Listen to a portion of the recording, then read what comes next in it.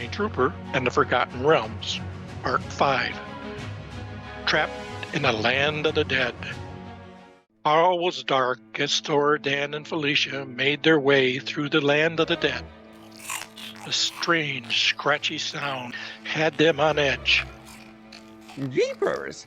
I never thought I would be back here again. The Land of the Dead. Felicia looked around her. Although she put on a brave face, she was indeed currently scared for her life. Okay, you're right. This is spooky. You see? What's that noise? It sounds awful. We heard that noise in the Starlight Kingdom, right before the Dark Mythmaker attacked. They seem to be getting closer. Well, great. You've got your axe. Danny's got that sword. The talking cat has a staff. Jeepers! My name is Jeepers. Whatever. But what about me? What am I going to find myself with? If I have to. I don't know. I'm sorry, but you stormed off before I was able to find a weapon for you, and... Yeah, well, right. It's not like I'm going to trip over a weapon or something like that out here.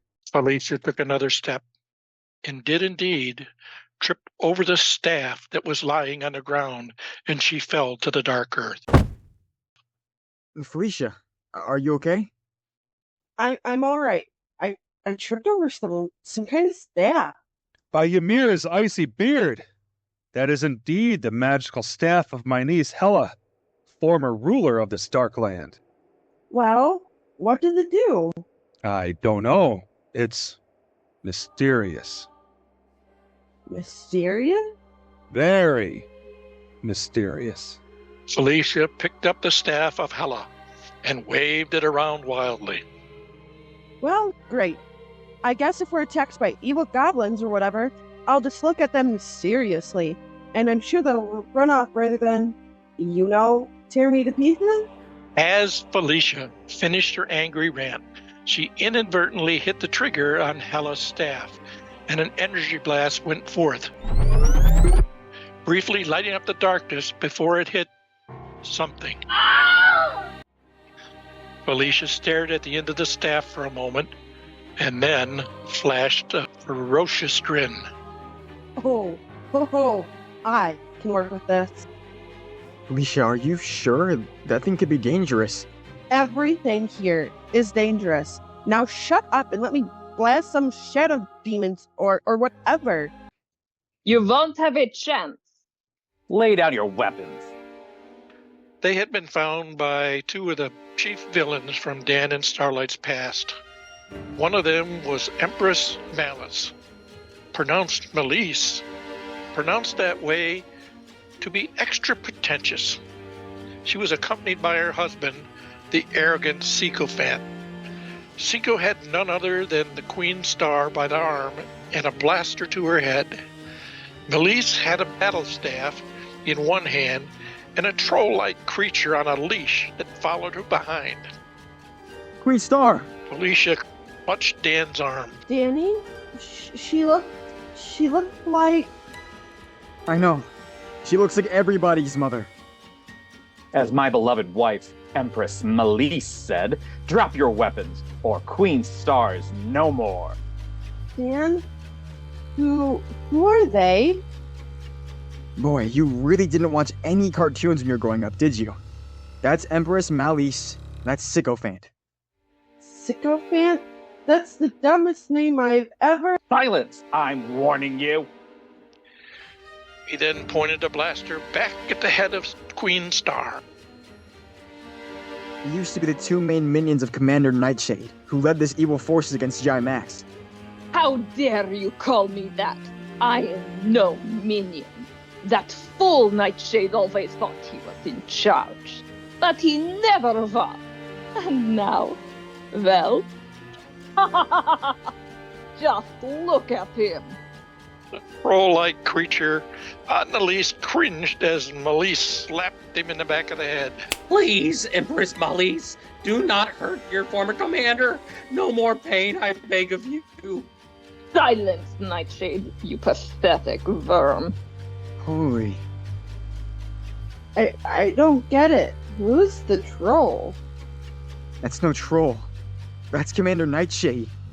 He used to be the big bad, but no more, apparently. Dark Mythmaker gave his soul to us, to do with as we please. That's right. And she also allowed us to rule the land of the dead. Empress Malice raised an eyebrow to her husband. Us? I mean you, darling dearest. That's what I thought. Now enough talk. As my darling husband said, drop your weapons, and Finstar remains alive. For now, at least. I'm starting to get more of my memory back, Malice. I remember. Every time we fought, we kicked your butt. I don't know why you've thrown in with the thing that wants to destroy all of imagination, but you're outnumbered, as usual. And so, I say... Dan raised Excalibur up high in front of him.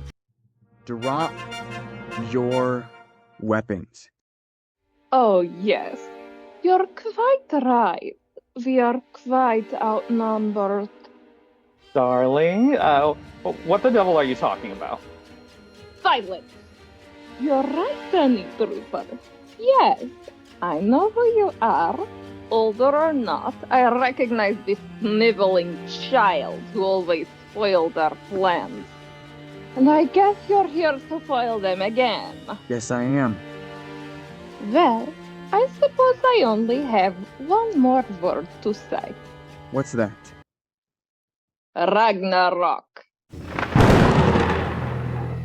Thor, the Lord of Thunder, suddenly felt his body stiffen. He raised his axe and brought it down toward Dan. He dodged it at the absolute last moment. Thor, what are you doing? Thor raised his axe again, a desperate look in his eyes. Danny, I can't control myself. Did you not wonder why he was the last Asgardian? We could have destroyed him with the rest, but we thought it would be much more fun to instead make him a secret weapon, to be activated against anyone who dared to oppose us. I was in a bad mood today, but I'm in a much better mood now, as I watch your former friend destroy you. Danny, run! Thor brought down the axe again. But this time, Dan met it with Excalibur. Thor, please snap out of it. That's the infernal sword, wife. I knew we should have searched harder for it when we destroyed the Knights of Camelot, who arrived to try to save the Asgardians. Well, their actions were all in vain, just like the actions of these pathetic creatures. Thor, no more wasting time. Destroy him!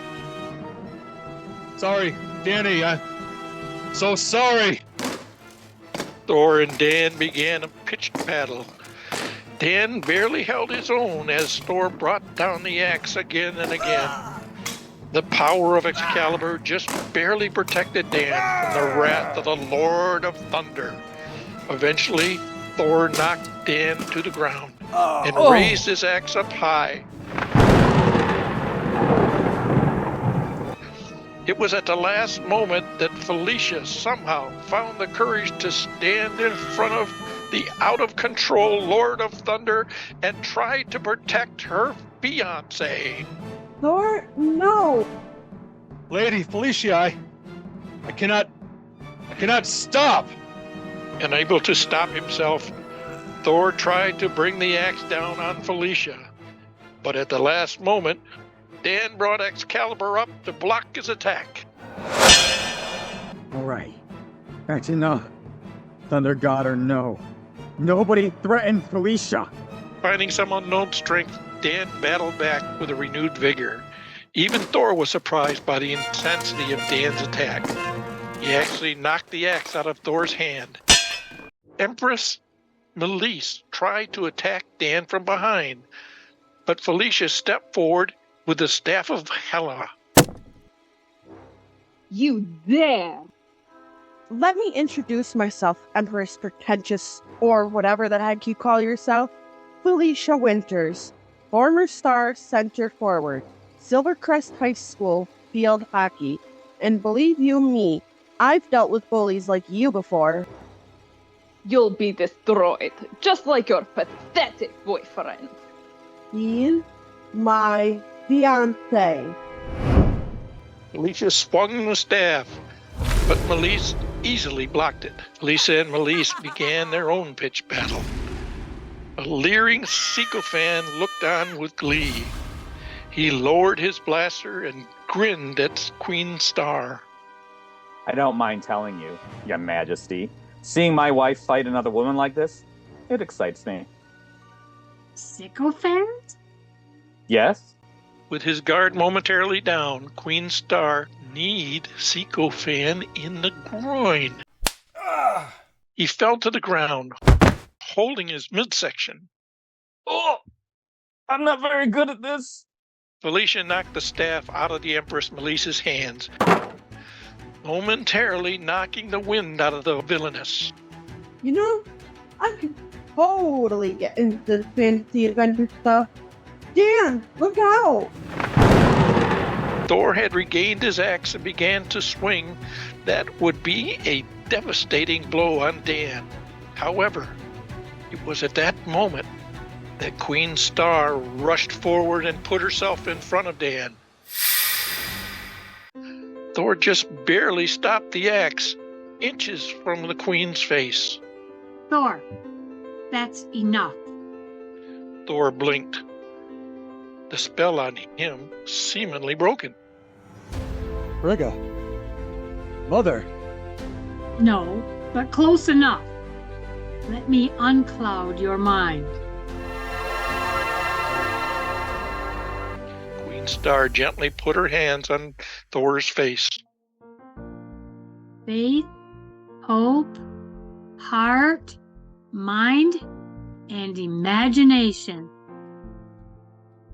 Faith. Hope. Heart. Mind. And imagination. Thor dropped the axe to the floor, or no longer under the throes of Melise. Your Majesty, I am ashamed. They made me do this. I'm unworthy. Queen Star smiled tenderly at the Lord of Thunder. It's not your fault, Thor. You are a warrior true. Queen Star was cut short by Melise grabbing the blaster that her husband had dropped and shot the ruler of Starlight Kingdom right in the back. Queen Star's eyes went wide. No! Queen Star fell back, but Dan caught her in his arms. It's not the same this time. This time, we win. An angry Lord of Thunder advanced on Melise, his eyes seemingly growing red with anger. Away, foul witch, or I will strike you down myself. Empress Melise grabbed her husband Sycophant and started to withdraw into the darkness. We'll be back. We'll be back soon enough to destroy you all. Empress Melise and Sycophant escaped into the darkness. Dan gently lowered Queen Star to the ground. Your Majesty, no, Ed. Can't end like this. Danny, I knew you would come back. I knew you would still be the protector. Queen Star fell unconscious. I don't want any of this. I don't want any of this. The husk of Commander Nightshade scurried forward and grabbed the blaster that was used to strike down Queen Star. He held the blaster to Dan's head as Dan turned and looked at him. Nightshade. Go ahead and do it. Just do it. Nightshade put the blaster in Dan's hands and pulled Dan's unwilling hand with the blaster toward his own head.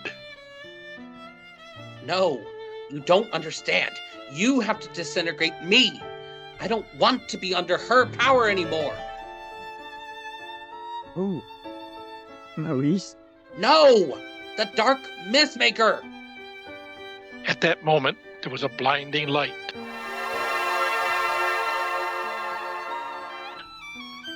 As Princess Starlight arrived, Starlight rushed forward and hugged Dan tightly. Starlight, I'm so glad you escaped, that you're safe. Your mother, Queen Star. Starlight looked down on her mother, a stricken look on her face. Oh no. We were too late. There was a tense moment, and then Starlight shrugged. Oh well. What? Well, no use crying over spilled milk and all that. I don't understand. The husk of Commander Nightshade scurried away into the darkness. No. Too late. Too late. Felicia turned to move, but she was frozen in place. Dan, what's happening? Can't move. By Sir Tur's fiery mane. Neither can I. Jeepers! I'm frozen to the ground! Well, that would be me. I'm holding you all in place while Dan, and I have a talk. Princess? A dark grin slowly spread across Princess Starlight's face. No, sorry. Try again. The Dark Mythmaker. Ta-da!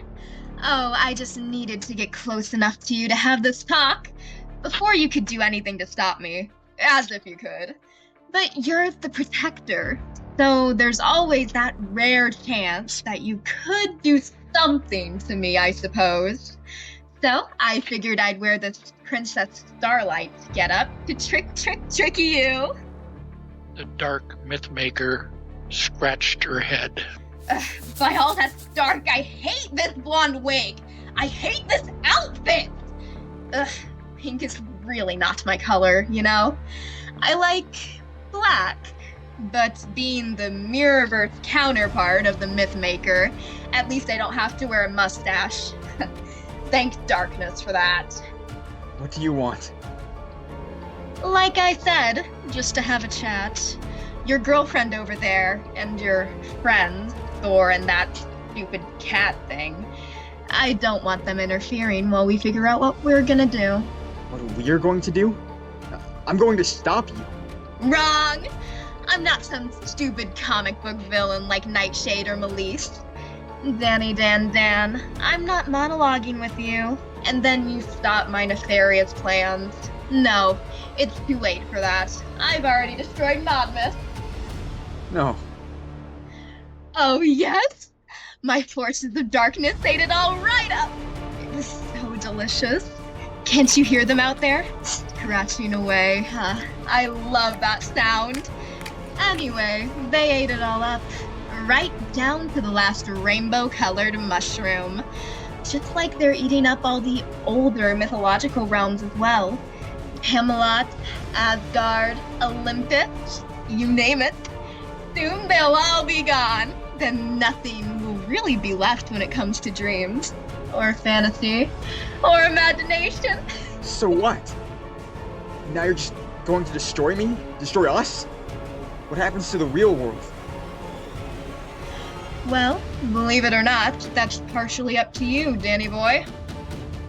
I don't understand. The Dark Mythmaker frowned.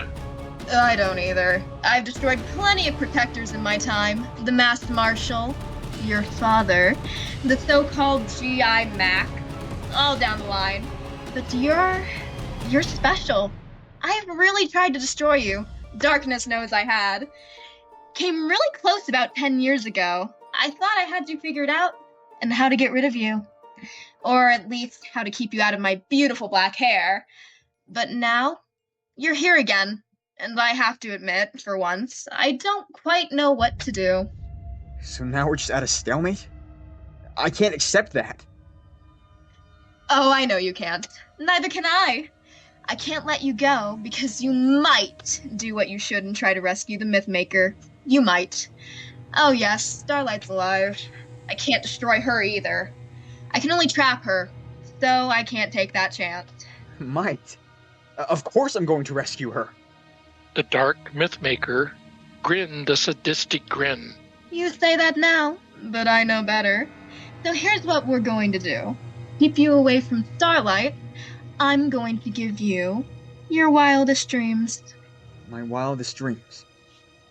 You mean you're going to destroy yourself?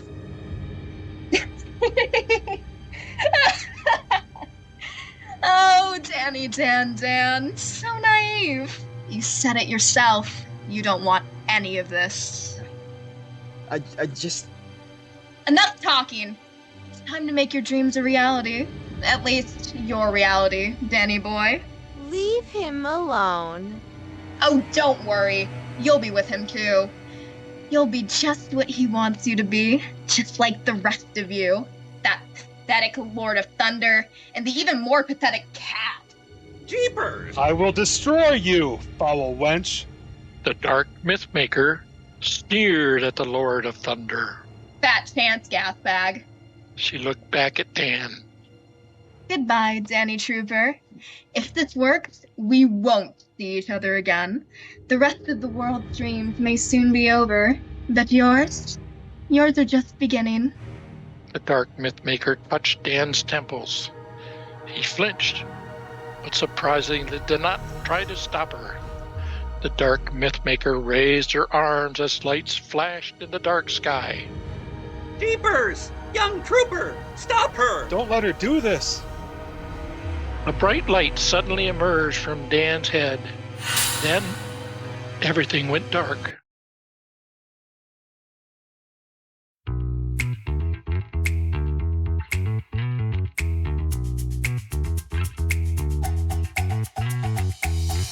In a modest, somewhat drab office building, in a modest, somewhat drab city, worked a young man named Dan Trooper.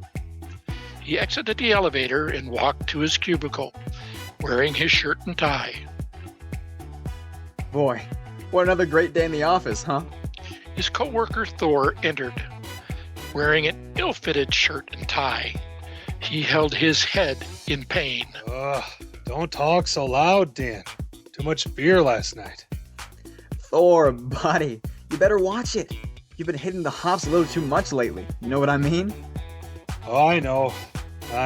So, what's on the agenda today? Well, staff meeting at 9 o'clock, and then client meetings pretty much the rest of the day. Ugh, staff meetings. They are the worst. And in Thor's boss, Mr. Jeepers, also wearing a shirt and tie, walked up to his two subordinates. I better not hear you complaining about meetings again, Mr. Odinson. Sorry, Mr. Jeepers. Trooper, I'd better have those TPO reports on my desk by 5 o'clock. I don't care how many client meetings you have. Proper paperwork must be completed every day. Yes, sir, Mr. Jeepers. Good boy. You walk the straight and narrow and you'll make junior partner in no time, you hear? Yes, sir. Jeepers took Thor to the side. Now, Odinson, we are going to do your performance review. Ugh. I'd rather face Jormungand, the Midgard serpent again than endure a performance review. You say such strange things, Thor Odinson. I'll try not to let that reflect too badly on your engagement score. Now, let's go! Time is of the essence. Jeeper and Thor went into Jeeper's office. Dan smiled and took a sip of coffee. Yep. I'm right where I'm supposed to be. Right where I'm supposed to be. Darn good coffee. Everything was right in the world. There certainly wasn't anything to fear. Not now.